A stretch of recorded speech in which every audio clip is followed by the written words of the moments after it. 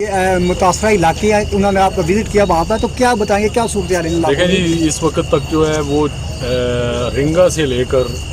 جاتواں تک یہ تقریباً 15 کلومیٹر روڈ بندی ہے نہر اوپر جہلم پر۔ یہ جو روڈ ہے یہ ٹوٹل ختم ہو چکی ہے، یہاں سے مواصلاتی راستہ بند ہو چکا ہے، اور یہ دونوں طرف سے نہر اوپر جہلم جو ہے، اس میں ابھی جو ہے وہ آرمی جو ہے وہ ریسکیو کر رہی ہے، اس پر آرمی لگی ہوئی ہے، اور میں یہ سمجھتا ہوں کہ 35 اس وقت ڈیتھ ہو چکی ہے، اور 500 سے اوپر جو ہیں وہ زخمی لوگ ہیں جن کو DHQ اسپتال منتقل کیا جا رہا ہے۔ یہ بیسیکلی سارا نہر اوپر جہلم پر ہمارا حلقہ جو ہے، یہ اس کے تقریباً 60-70 گاؤں جو ہیں وہ نہر اوپر جہلم کے کنارے پر ہیں، تو اس کی وجہ سے یہ مسئلہ بنا ہوا ہے کہ ایک دوسرے گاؤں سے راستہ منقطع ہو چکا ہے، تو ڈیتھ ٹول جو ہے یہ شاید آگے بڑھ جائے۔ تو ابھی تک جو ہے وہ گھر جو ہیں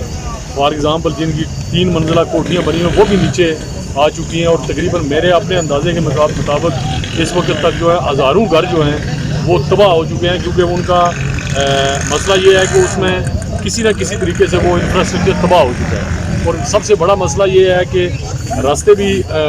راستہ ختم ہو چکا ہے، جس کی وجہ سے مواصلات جو ہے وہ چل نہیں سکتے، گاڑی چل نہیں سکتی۔ تو میں یہ سمجھتا ہوں یہ اللہ تعالیٰ کا کوئی نظام ہے جس کی وجہ سے یہ مسئلہ پیدا ہوا ہے، تو امید ہے کہ اس میں پاک آرمی اور بہت سارے جو ادارے ہیں وہ لگے ہوئے ہیں، ہماری اپنی حکومتی ادارے جو ہیں وہ بھی لگے ہوئے ہیں کام پر۔ میں بھی انشاءاللہ ابھی رات کو ہر طرف جا رہا ہوں انشاءاللہ لوگوں کے گھروں میں جہاں جہاں پر ڈیمیج ہوئے ہیں، لیکن میرے خیال میں علاقے میں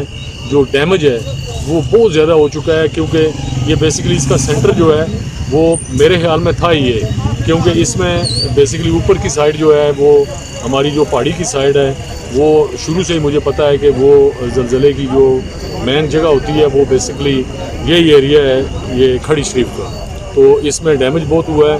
اور ابھی آپ دعائی کر سکتے ہیں۔ اور ہمارے اوورسیز کشمیری جو ہیں وہ میرے خیال میں انگلینڈ میں لوگ بہت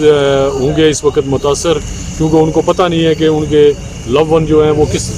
جگہ پر ہیں یا کیا ہیں، لیکن ایسا مسئلہ نہیں ہے، ڈیتھ تو ہوئی ہے، لیکن علاقے میں لوگ جو ہیں وہ خود بھی اپنی مدد آپ بھی کام کر رہے ہیں، اور پورا علاقہ جو ہے وہ ایک دوسرے کی مدد کر رہا ہے۔ تو میں جو اوورسیز پاکستانی ہیں جو اس طرف بیٹھے ہوئے ہیں ہمارے، کیونکہ انگلینڈ میں ہمارے بہت سارے لوگ ہیں، تو میں یہ سمجھتا ہوں کہ ان کو میں یہی بات کہنا چاہتا ہوں کہ ڈیتھ ہماری جو ہے وہ تقریباً 30 ہوئی ہیں، لیکن جو ہمارے یہاں پر انفراسٹرکچر ہے وہ تباہ ہو گیا ہے، کیونکہ روڈ جو ہے وہ بالکل ابھی چل نہیں سکتی۔